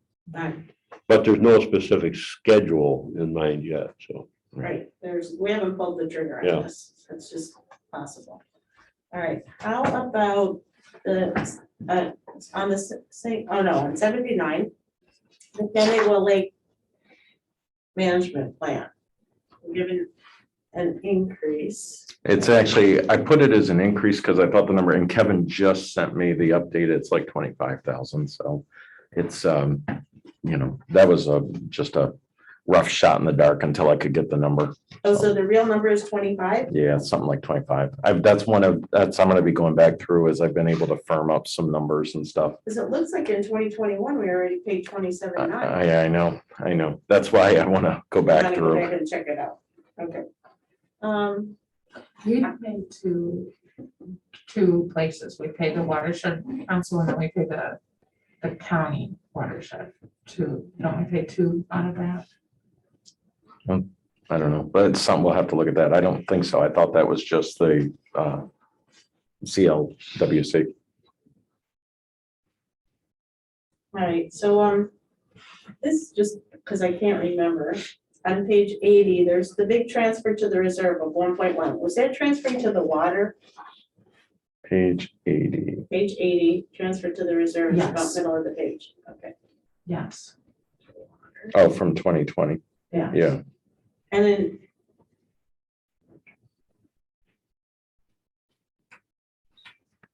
And then page 81. In chips, the 445 in 2021, is that due to some extra COVID money or something? It's so high in 2021. New York State aid for trips at the bottom of page 81. There was an increase, about Um, 100,000, right, in 21? But we haven't seen any of it. no, that was, there's supposed to be FEMA money. We'd have to go back and look at the budget notes from 2021. I have to get back to you on that, Linda, and look at Oh, that, here, but maybe in the there's, notes, state funding, an increase, that word increase is spelled that way almost throughout. If you do a global thing, maybe you could get increase. yeah, it doesn't work that way in the No, system, no. but that's, The timing of the That's- submission is such that we haven't yet received it, but it has been submitted for. Caitlin Yeah. has submitted that, and I believe the payment will come in November. yeah. Okay, so we're getting an extra 106 this year. Okay. So that, yeah, that's actually, so Jim puts those in there directly into the system based on the information that he's getting from the Highway Association, the superintendents and stuff. So that's where those numbers are coming from. Okay. Page 85. Machinery contractual. Mhm. That's up a lot. And it says he had 15 more, but it looks like a lot more than 15, 50. So each month, we take from that 51,400 and apply to each of the individual cars so that we Hello? can track the expenses Oh, by okay. the individual vehicle. Mhm. So to see the actual expense for the year, that's not realistic to look at just the 400. You would need to include all of those The ones down equipment below. vehicles down below. Yeah. Because that's how we do, we have the 400 as a bucket. And then each month, when there are individual expenses for repairs, Okay, we apply it to that specific vehicle so that we can keep track and we go back and say, hey, this truck cost us a lot. Maybe there's something we need to look at as far I as see. maintaining or keeping Right. it on our fleet. Well, then, at the bottom of that long list of 400s are some, is 410 and 130. That's not included in that number up there. Correct. Okay. But I guess, so back to the top of it, it felt like that was a huge increase in machinery contractual, because it was, you know, the total budget was 216. Now we're going to 265. Yeah, but you'd also have to look at, like Kate said, the numbers there of all of the individual, plus, you know, what he's experiencing is the cost of stuff is going up. Yeah, And it's it just seems difficult like in it's a getting lot, but- supplies I and stuff. mean, Yeah. I feel like we'll be shuffling things around anyway in his budget, and he needs his budget. I'm not, Mhm. but I'm just looking for items that look weird. And one of them was fuel monitoring, which is on page 87 at the bottom of this long list. Fuel metering. Or metering. Yep. I'm trying to moderate, that's wrong. Yep. Doesn't it seem like that's So that's the same budgeted, 190. the same budget, but year to date, we've only done 86 for 8 months. And the year before, we only did 92. I mean, I It gets guess fuel heavy costs with can go all plowing. over the place. Yeah, it gets heavy at the end of the year with plowing as well. So Okay. you'll see that activity increase towards the end of the year. Kate, when the revenue that we're getting from like Cheshire, that's not being added to this line, right? Correct. Those It's will- separate. Correct. The right, sale of fuel. right. So that's the other thing. That was, you know, although I see 2020, it was the same 190, you know, and fuel costs, you know, obviously all over clearly the place, we've seen it's gone up recently. But we're also selling fuel to the Cheshire Fire Department That's like a and couple thousand though. other entities. Yeah, I saw But it. but you'd never know Yeah, they exactly might where go it's gonna more. go. All right, what about snow removal wages? Mhm. Okay, I mean, I think that's just an allocation of wages either go to highway or to snow. Well, no, it's this, so it's the 423 versus the 454, but keep in mind, you still have September, October, November, December that then get charged to this. So it's gonna be up in that number. They Okay. just haven't. On page 99, I'm making a big jump. 10 more pages without a question. Wow. I That's special think I fell business. asleep. I I like fell those. asleep. I like So Muni Link, Mhm. or Munich Link, whichever, is there any Tyler program that would eventually be considered to replace that, or do Tyler programs not work as well as some of these specialized ones? just a high annual fee, you know, we pay $13,000 a year for it. It is, It but was the it's- least of all of the ones we, remember when we procured that, Yeah, everyone yeah. else was over Yeah. 1,000 and they were under. And then when we added that Hopewell section, the Canandaigua Hopewell district, that added, do you recall the number of users that added? It No, was a but significant increase. I know it took the assessed value of that district from $500,000 to almost $1 million. It was a It significant was- increase on our bill is based on the number of users Mhm. we have. So that did jump, we don't anticipate it to continue jumping. I'm not sure, we could certainly look, I didn't see a Tyler utility billing module.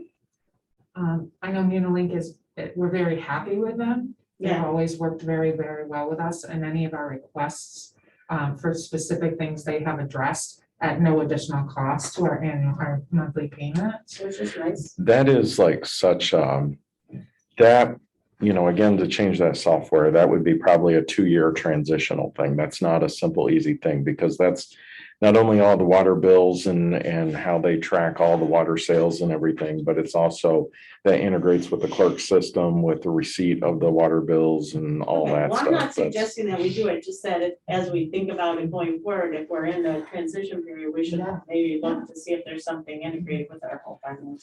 Munilink is cloud-based. Currently, our encode is not, it's on our Okay. server. So Munilink was one of the few programs that worked for us when we had that issue in October Oh, that's with our system. Yeah. So I another think benefit. if we were to look at a Tyler on the cloud, then that would may open up more opportunities for other modules with that program. Okay. But that was a huge benefit. to We've, me. we've also discovered while the financial management piece for Tyler works well, and we want to look at, The other crazy modules. we so- want to work at like the development office. We want to look at that for maybe the Tyler piece. And I know the state, the assessment piece is all going to Tyler, but like that Parks and Rec stuff was a nightmare. Yeah, That was a disaster. Yeah, we were a guinea pig. Yeah, that was a disaster. That was a good decision. We actually asked for our money back and got our money back. It Oh, was, they realized it wasn't Yeah. that. They said, do this and this and this, and I couldn't do any of those things they said. on page 102, the van interest, when are we gonna pay that this year? December. Yeah, it's December. Okay. Yeah. Um, With almost all the special districts, there's still more payments that have to be made in November, December. Cause we bonded already, right? Yes. Yep. So we have the money for the bond. Have we Yep. paid off the van? Yes. Yeah. That just was said- due the same week we bonded. We just have not paid the interest that we owe on the van?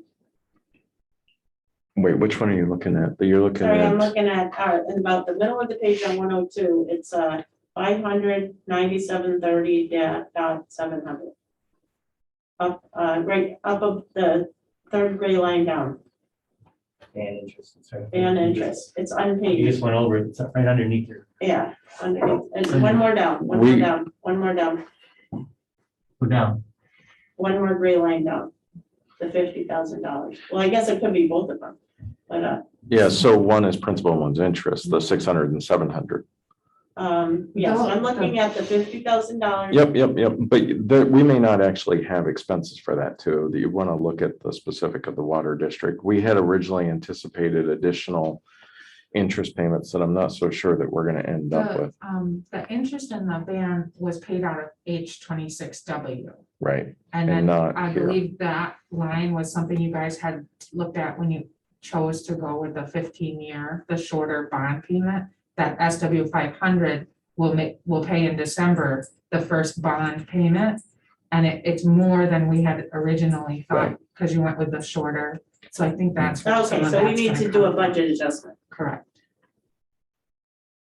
maybe. Well, yeah, We'll let's have to look at see, that a little yeah, bit what more. the total Yeah. is when the bond. Yeah, because when we my get thought that was, I thought we information. paid off the ban, We and did, so why yes. is We the did. interest not paid? And that was, if it's a budget adjustment that's coming, that's fine.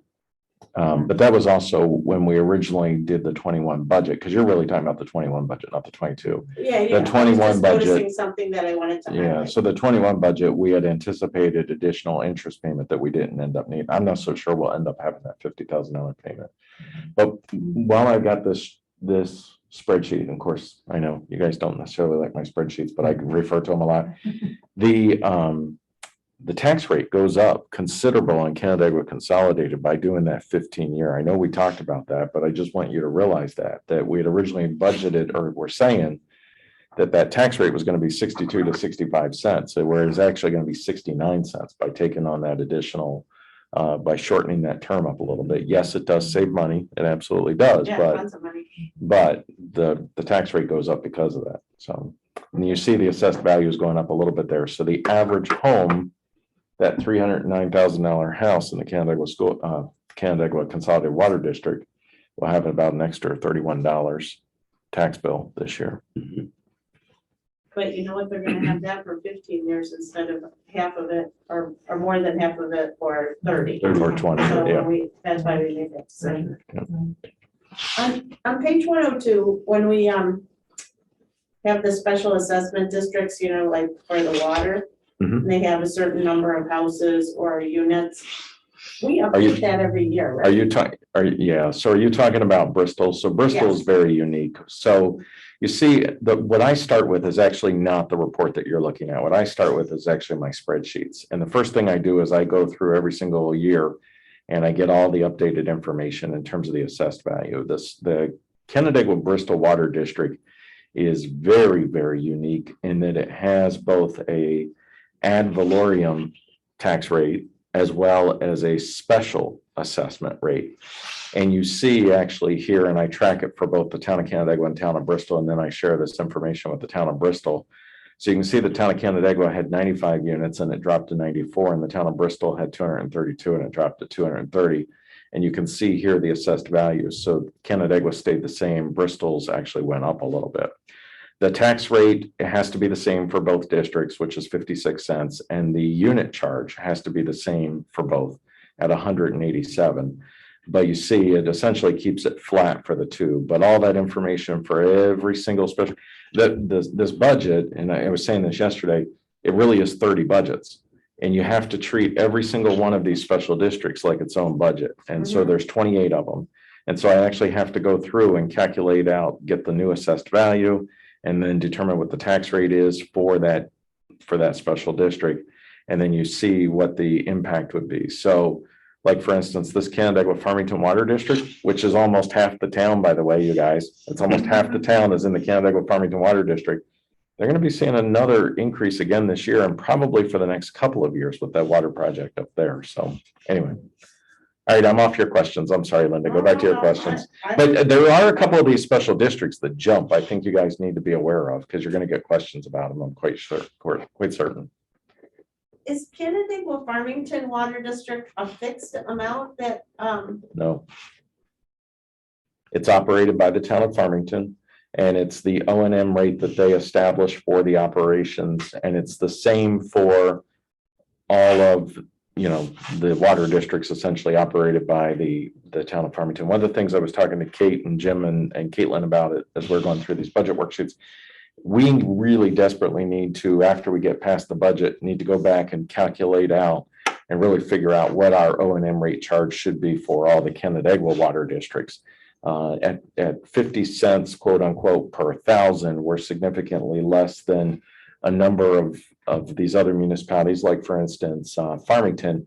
And I want to make sure that all of our special districts that are not Canandaigua Consolidated are paying their fair share. So. for sure. With the new tanks. and then Will we Yeah. do that before we Didn't Didn't we just finalize do the that? budget? Did we just do that a year or so ago? We did, but then with the new tanks and stuff, yeah. Right. Change in cost. So on page 103 about 3 gray lines from the bottom, right above it.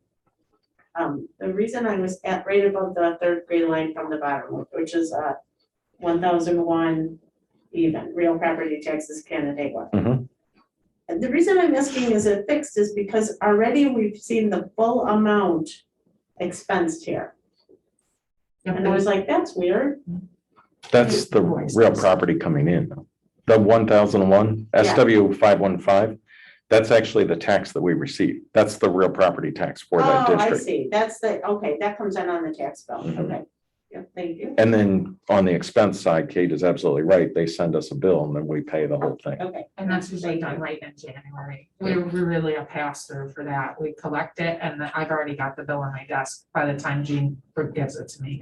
Okay. On page 105, there's like this, big thing about tax levy appropriated fund balance or whatever. Yep. What does that boil down to? I was trying to make. Sure. I'm gonna go over here to the spreadsheet because it's Okay. where it comes from. All I did was copy it and paste it over there. All right. So this really kind of, SW, let's see, which one were you asking about? Yeah, 525 yeah, McIntyre, Canandaigua McIntyre. Okay, right. I mean, it's there for another bunch of them, but I just wanted to Right, understand. well, for a while. it's the spreadsheet, just recording the spreadsheet here. So it's you see here in the spreadsheet, you can see the tax levy, the total revenue being, including the appropriation of fund balance at 8490. You see the total expenses here, and you see the estimated fund balance. And in this case, what you can see is we're using some fund balance because the fund balance has gotten too high. Okay. So it keeps the tax rate relatively flat, $1.82 to $1.84. The assessed value for this one stayed the same, so it kept but again, based on that $309,000 house, your average home goes up there a little bit. There's, oops, I just jumped too much there. Some of those go up though, sizable on those special districts. Let's see, Andrews wasn't one of them, McIntyre. Emerson Allen is one that is also operated by the town of Farmington. That one had a decrease in the assessed value. Remember, I told you about this last year. The assessed value went down because of the lawsuit associated with the gas line. Okay. And so because of that, there was a pretty sizable increase on the tax rate to make up for the difference in the loss of the assessed value. The County Road 30 Water District, that one stayed, I think, relatively same. The Hickox Grimble one, $1.55 to $1.52. That one stays relatively the same. This one, the Hickox Road Water District, this is the one that's been digging its way out of, it owes Canandaigua Consolidated money, essentially. And year after year, it's been digging out. It has technically a negative fund balance amount, and that's the amount that's owed to Canandaigua Consolidated. So again, that going up a little bit there on that price per thousand, does have an increase. This one is, Wow. yeah, the Knott Road one is the big jump here. Just making you aware of this, because I would think that people are not going to be too happy about this. This takes that tax rate from 2020, it was 261. We thought we were in good shape, coming down to 237, then back up to 266 for 22 with your debt service, the principal and interest. And that's the other goofy thing about this one is this is the one that the debt service goes up and down like a roller coaster. It's not a consistent. What drives that? There was the bond that was put in place by the Oh, town so of it has, like, Canandaigua. different interest rates or something? It's a different principal payments. Yeah, Oh, yeah. That's unusual, isn't it? Mhm. It's, I think, the only one we have like that. Yeah. It's the only one Why like did that. we do that? It was done a long time ago. Oh, I was don't it? know. Oh, Yeah. okay. How much longer is left in it?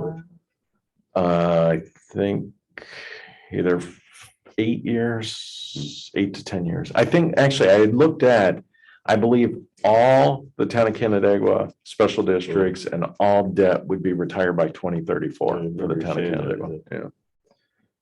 But that one is a jump. All current debt. All current debt, correct. Thank well, you. it's a That'll thought in change. that if we had another bond issuing, retiring the variable one and putting it onto a fixed when we're issuing some other debt might make sense. If we don't like the people being inked I out.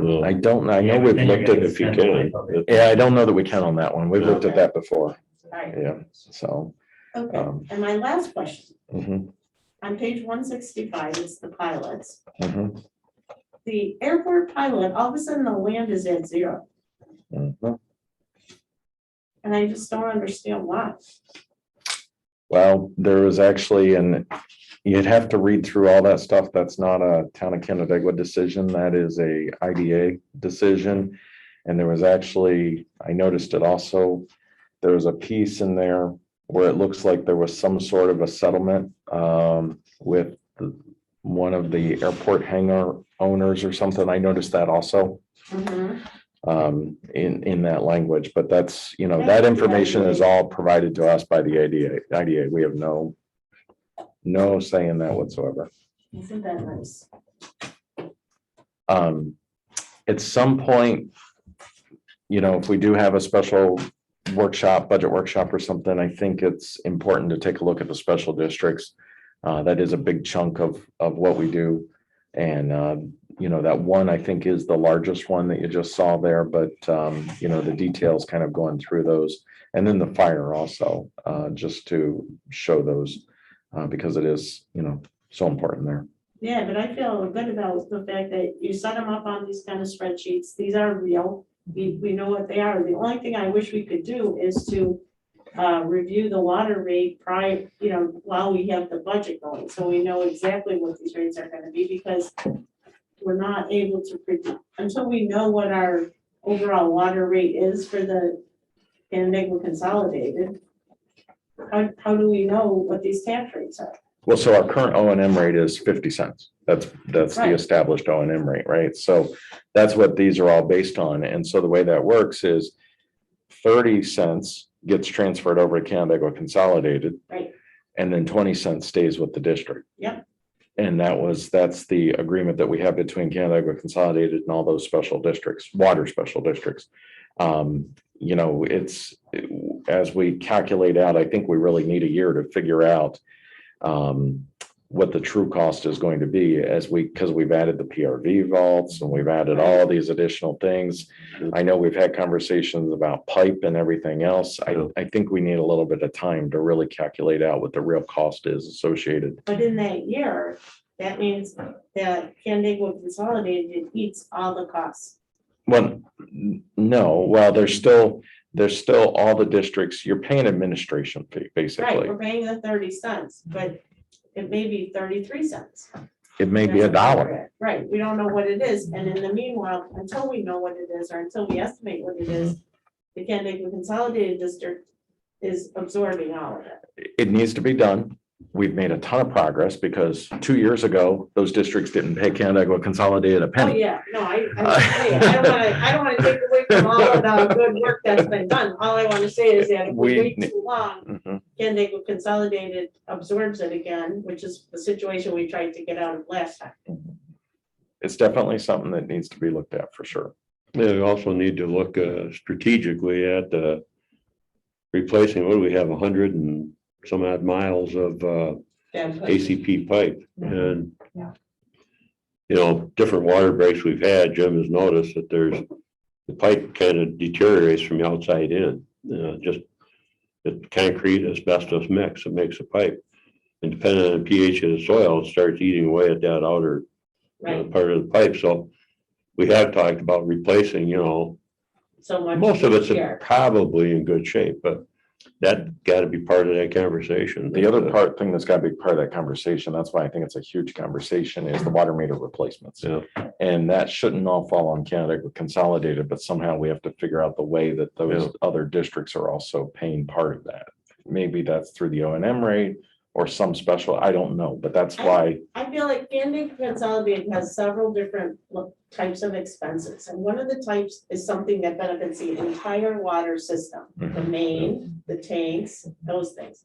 And those would be in a line, you know what I mean? And then when we evaluate it, that's how we would say, hey, this plus this equals what we should be billing the special district. So the meters you want to replace, what are they? Ones that you just go by with it and get a signal on it and And read them? the Yeah. cell, They actually- yeah. So they So- sell, send them in. At the office.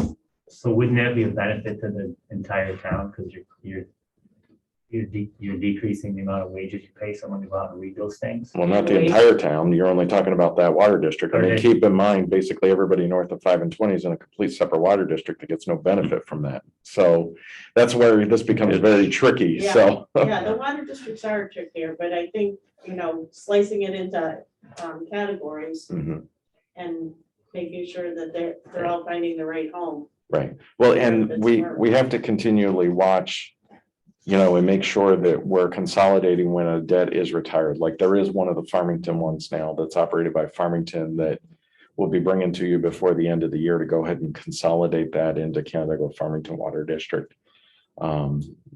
It's a town of Canandaigua district that's operated by the town of Farmington, but the debt has now been retired, so it needs to be combined. And so when you do those types of things, that way that cost is shared by everybody who's getting the benefit that then becomes part of, in this case, either Canandaigua Farmington or Canandaigua Consolidated.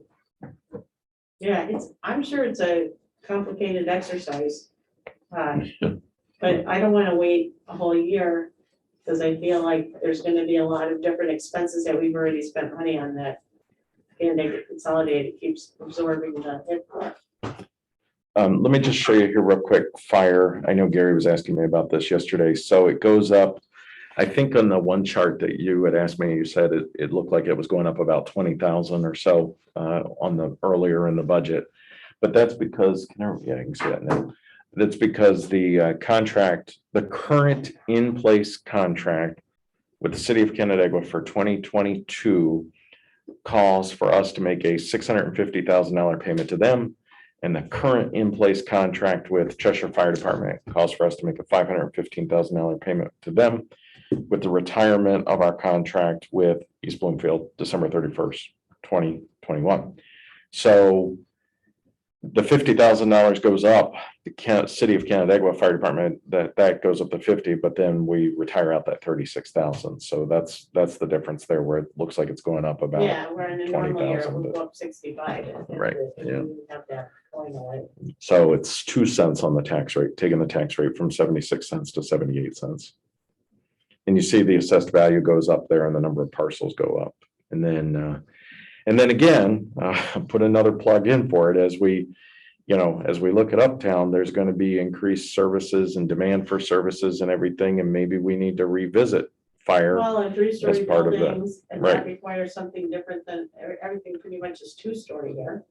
Well, no, both fire departments have the ladder The trucks and capability, equipments and everything, but yeah, I But the mean, number of there's, calls and right. So there might be Yeah, other but- things that we need to look at associated with all that. So, yeah, Okay, anyway. well, thank you very much for entertaining all my questions. I'd like to make sure another set of eyes has looked at it and, that I feel like we scrubbed it. Thanks for the good work and getting it done. Yeah, I think Absolutely. Team effort, total team effort. It's amazing. There's a lot to it. Oh, yes, there is. There's a lot to it.